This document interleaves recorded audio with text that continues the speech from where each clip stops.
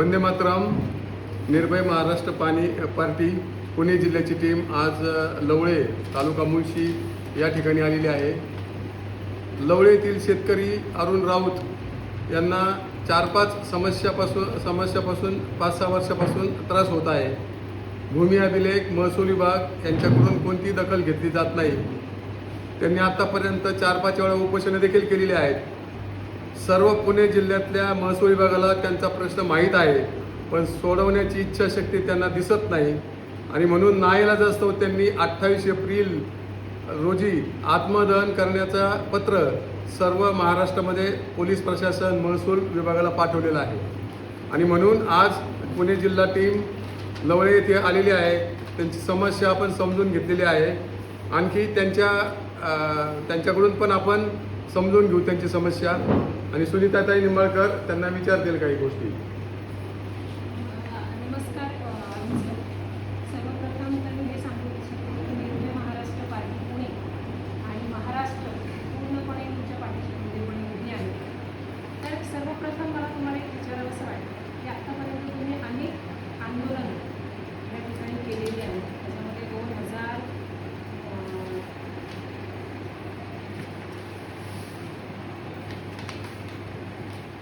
त्याच्यामध्ये तारखांचा पण उल्लेख सरांनी केलेला आहे की त्यांनी आत्मदहनाचा तर इशारा भूमी अभिलेखाला दिलेला आहे.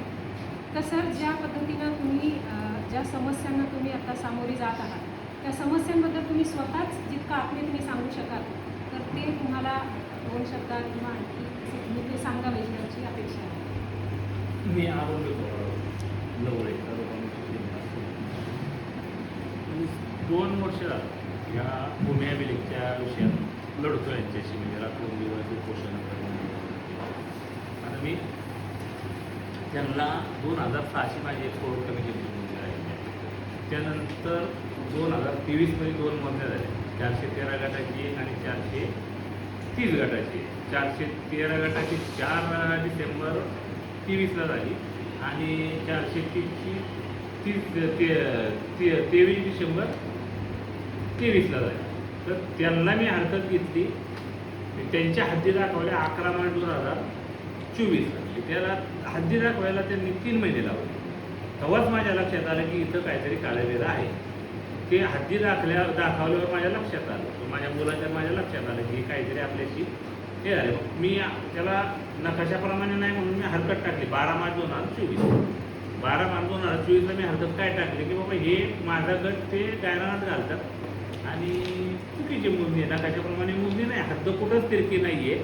ही हद्द जी आहे, ही जी हद्द आहे दोन्ही गटाच्या मधली, ही पूर्व पश्चिम एकदम सरळ आहे काय. ही हद्द मला वाकडी करतात, त्यामुळं मी ती हरकत टाकली. तर त्याच्यावर मला कुठलंच उत्तर नाही. 1-2 सुनावण्या झाल्या. सुनावण्याप्रती आता योगा हा जर हे नकाशे आहेत दोन्ही, एक गट नंबरचा नकाशा, एक सर्वे नंबरचा नकाशा, कुठल्याही प्रकारची हद्द तिरकी नाही, कुठल्याही प्रकारची हद्द तिरकी नाही. तर मी त्यांना हरकत नंतर असं म्हणलं मला ही कप्रत मी पाहिजे 2006ची. 2006ची कप्रत पाहिजे. मी म्हणलं मला ही 2006 प्रमाणे द्या. त्याच्यात त्यांनी चौधरी म्हणून होते सुरुवातीला, त्यांनी फेरमोजणी टाकली. तर त्या फेरमोजणीला एक रोहन कडू म्हणून मोजणी अधिकारी, भ्रष्ट अधिकारी, त्यांनी अर्जदार म्हणजे माझ्या अर्जाला हे करून त्यांनी ती मोजणी टाकली. त्या मोजणी अधिकाऱ्यांनी मी नसताना ती मोजणी केली आणि त्याच्यानंतर चौधरींची बदली झाली आणि स्वप्ना पाटील त्या पदावर आल्या, उपाधीक्षक त्या पदावर ते आले. त्यांनी ठेवून दाखवलं, त्यांना सगळं दाखवलं, सगळं कानावर घातलं त्यांना काय, पण कुठल्याही प्रकारचा त्यांना तो न्याय द्यायचा इच्छित नाही. तर 2006ला जी हेमंत निगडेंनी मोजणी केलेली, त्याच्यात हेमंत निगडेंनी चूक केलेली आहे. त्यामुळे हे पूर्ण प्रशासन हेमंत निगड्याला वाचवायच्या पाठीमागं लागलेलं आहे आणि माझ्या कुठल्याही प्रकारची माझी त्याचा किंमत नाही. त्याच्यानंतर 2000 परत मोजणी ती सुपर नेमताना केली, ते मोजणे वेगळे. आज विचार करा, जर एक मोजणी आणि जर हद्दी जर तुम्ही 4 देत असाल वेगळ्या, ह्या जर हद्दी 4 वेगळ्या देत असाल तर काय उपयोग नाही त्याच्यात. तुम्ही कुठले मोजणे करता, कुठलं प्रशासन आहे, किती ह्यांना ट्रेनिंग आहे, ह्यांना किती अभ्यास. तर ह्याच्या प्रकारे अशा प्रकारे मी आता ह्यांच्याशी भांडतोय. दुसरी 2 प्रकरणं माझी आहेत एक मोजणीला हरकत केली, ती मोजणीचं आजपर्यंत 2 वर्ष झालं मला कुठल्याही प्रकारची सुनावणी नाही का काय नाही. माननीय महसूल मंत्र्यांनी सांगितलेले की कमीत कमी दोन सुनावण्या घेतल्या पाहिजेत कुठल्या अर्जावर. त्यांनी आजपर्यंत एकही सुद्धा हरकत घेतलेली नाही. परत तिसरं प्रकरण असं आहे की माझ्या 577 गट आहे, त्याच्या शेजारी 576 गट शिवलेकर आणि ते भागीदार आहेत काय, अनिरुद्ध उत्तम शिवलेकर आणि त्यांचे भागीदार आहे. त्या माणसाचे प्लॉटिंग करण्याआधीच त्यांनी मोजण्या करण्याआधीच त्यांनी प्लॉटिंग पाडलं, भिंती घातल्या, मला बंद केलं. आत्ता मी माहिती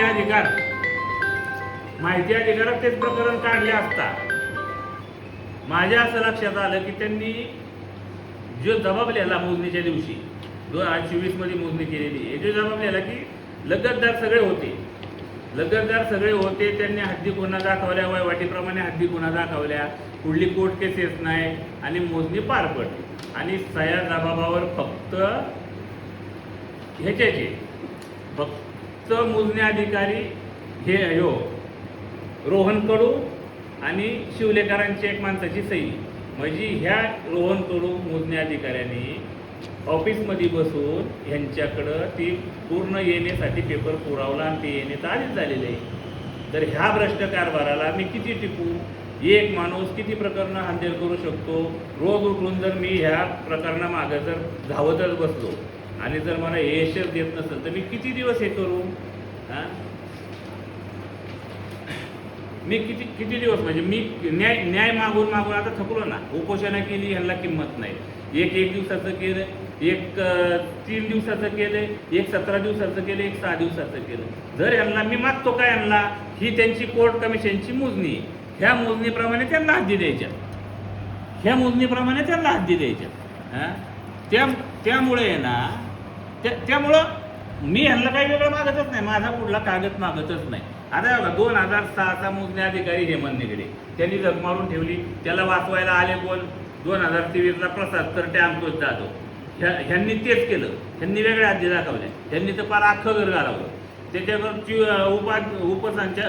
उपाध्यक्ष स्वप्ना पाटील ते बी त्यांना सहकार्य करतात पूर्णपणे.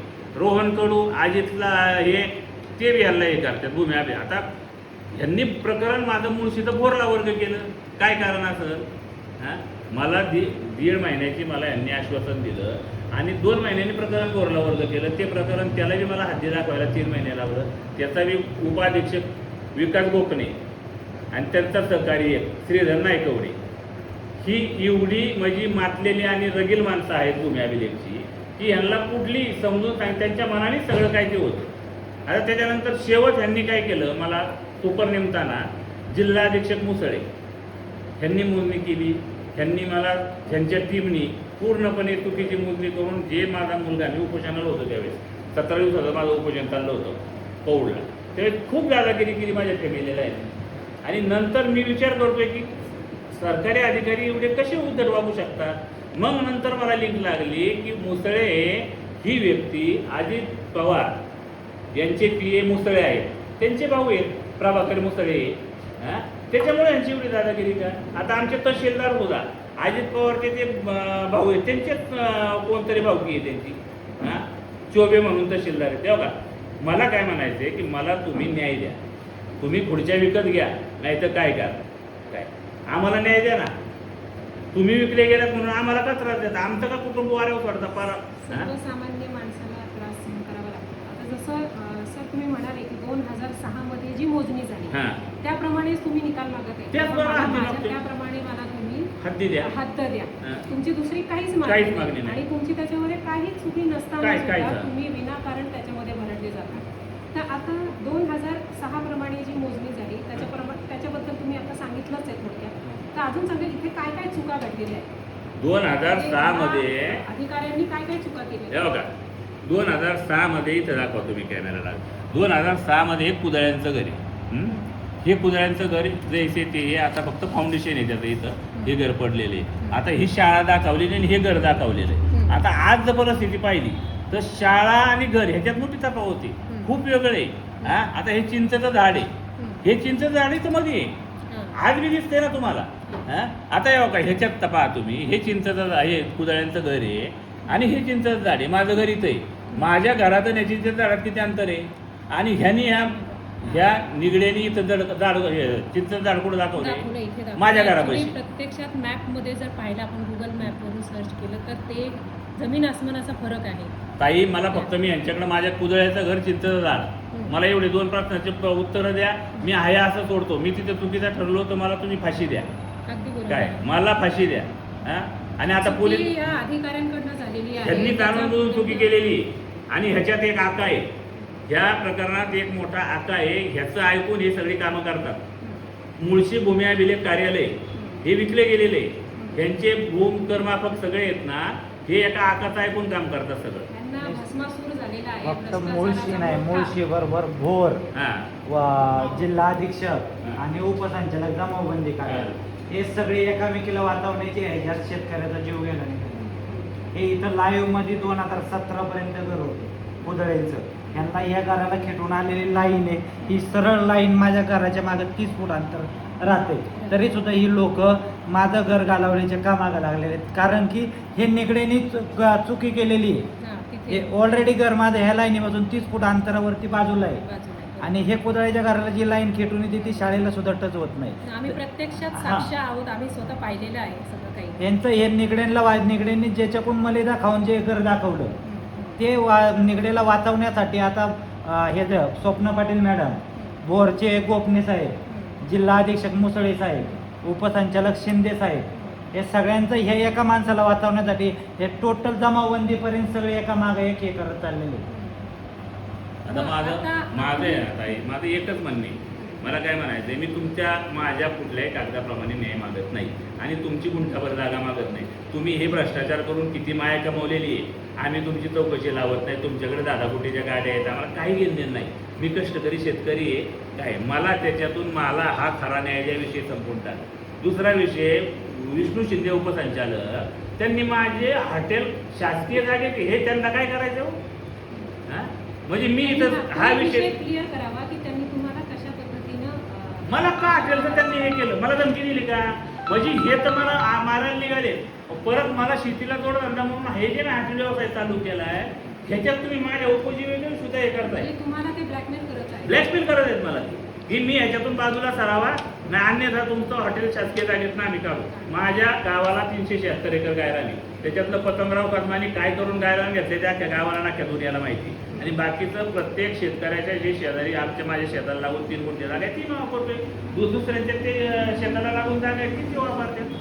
अख्खं गाव गायरान वापरते. विष्णू शिंदेला आमच्या गायरानाचं काय करायचं? आम्ही तुमची प्रॉपर्टी पाहिली का? विष्णू शिंदेची प्रॉपर्टी पाहिली का मी? हा, काय संबंध यांचा? मी धमक्या देता का तुम्ही आम्हाला? नाही, आम्ही तुमचा एवढा भ्रष्टाचार सोडून द्यायचा. हा, मग आम्हाला दाबा टाकतो. माझं एकच म्हणणं आहे, विष्णू शिंदे साहेब असेल किंवा जमातमध्ये आता नवल साहेब असतील, उद्या मी हे प्रकरण उद्या मला वाटतं 13 तारीख आहे ना, उद्या 13 तारीख महसूल मंत्री आहेत. मी हे प्रकरण त्यांच्या पुढे मांडणार आहे. आता महसूल मंत्र्याला मी खूप कळवले, पीएलला कळवले, जोशी बोलले, अनेक पत्रव्यवहार झाले. महसूल मंत्र्याला, मुख्यमंत्री सगळ्यांना पत्रव्यवहार झाले. त्यांना आमची कागद वाचायला वेळ नाही. काय आता मला कुणाचाच भ्रष्टाचार काढायचा नाही, काय करायचं नाही.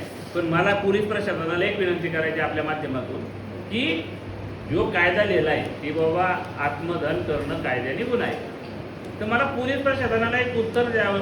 पोलीस प्रशासनाने मला एक उत्तर द्यावा किंवा मी काय करू तेवढं मला सांगा.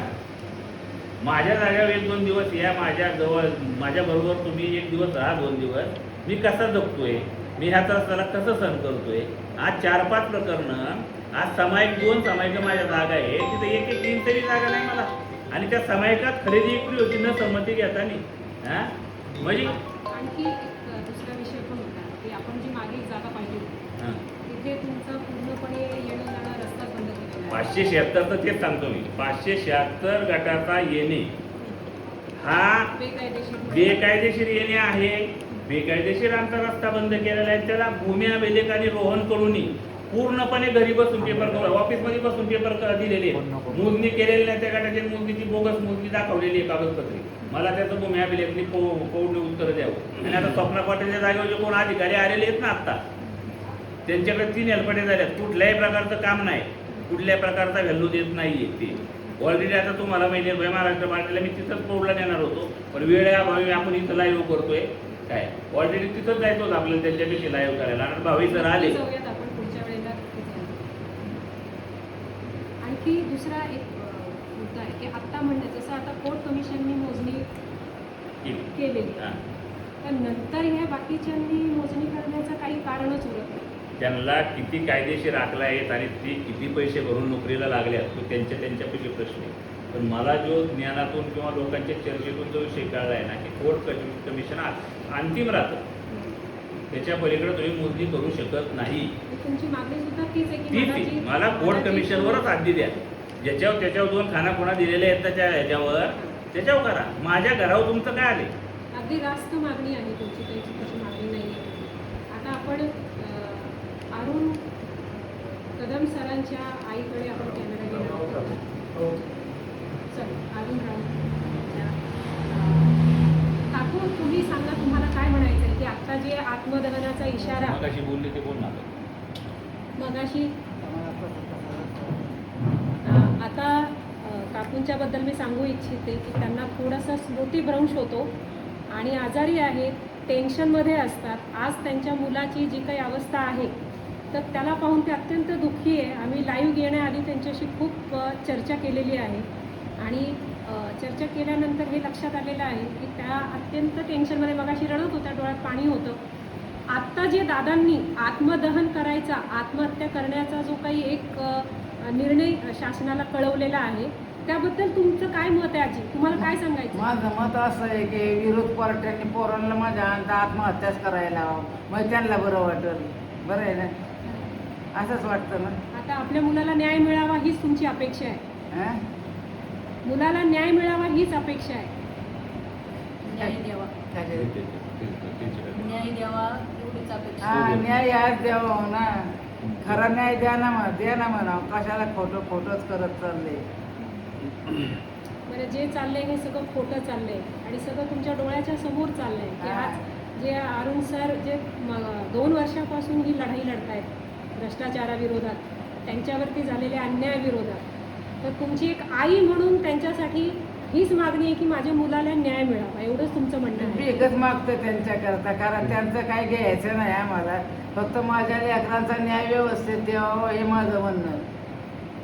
वय काय आजी तुमचं?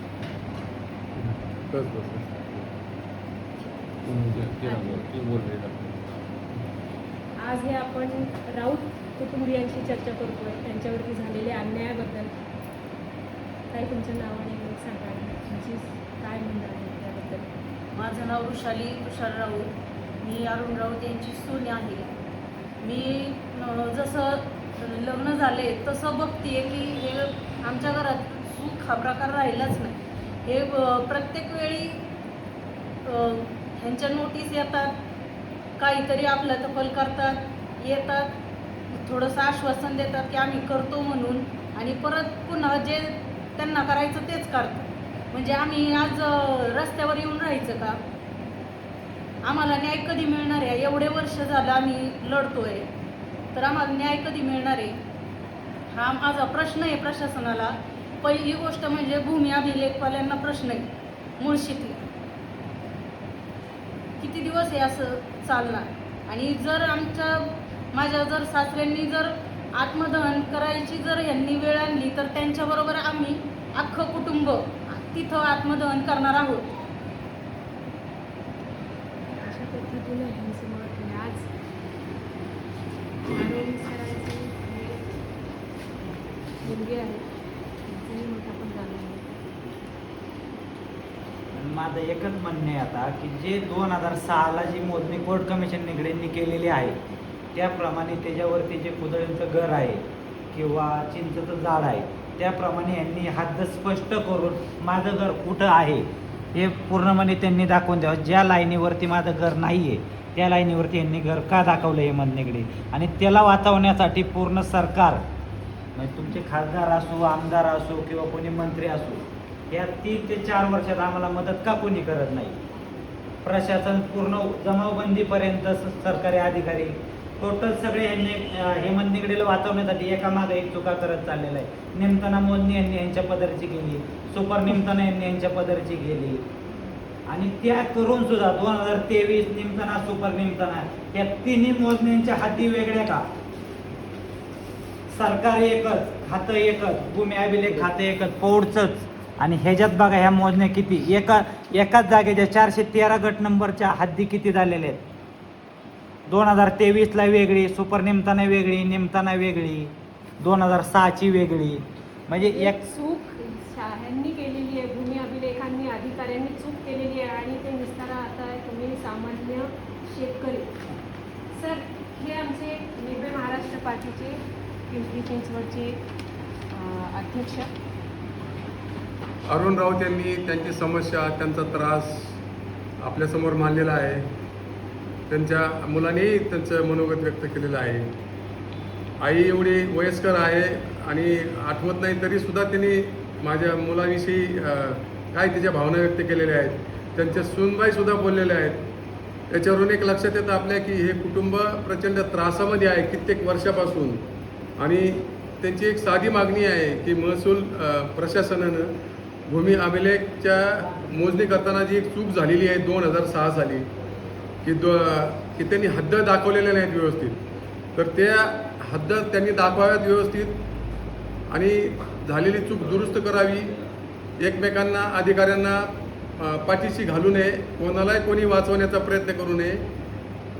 आता त्यांनी 28 एप्रिलला आत्मदहनाचा इशारा दिलेला आहे. निश्चितपणे निर्भय महाराष्ट्र पार्टी त्यांच्या पाठीशी आहे.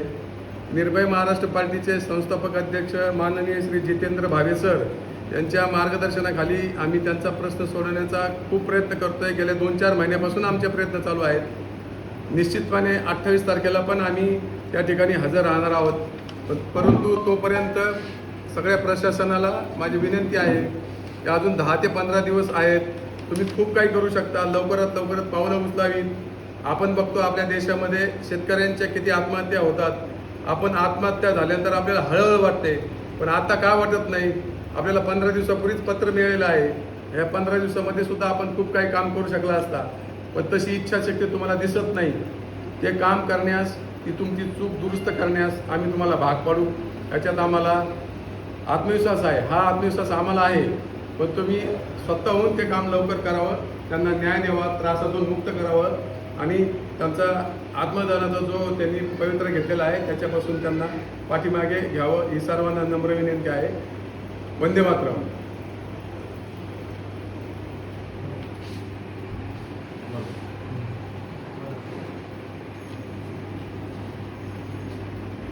अशा प्रकारे आपण आता श्री अरुण राऊत यांची समस्या या ठिकाणी जाणून घेण्याचा प्रयत्न केलेला आहे. भूमिलेखातील काही अधिकाऱ्यांच्या चुकीमुळे आज 2 वर्ष हे कुटुंब वेगळ्या पद्धतीनं सफर करत आहे. अत्यंत समस्यांना त्यांना सामोरे जावं लागत आहे. तर निर्भय महाराष्ट्र पार्टीच्या वतीनं आमचे संस्थापक अध्यक्ष जितेंद्र भावे सरांच्या मार्गदर्शनाखाली आम्ही नक्कीच अरुण राऊत यांना पाठिंबा देत आहोत.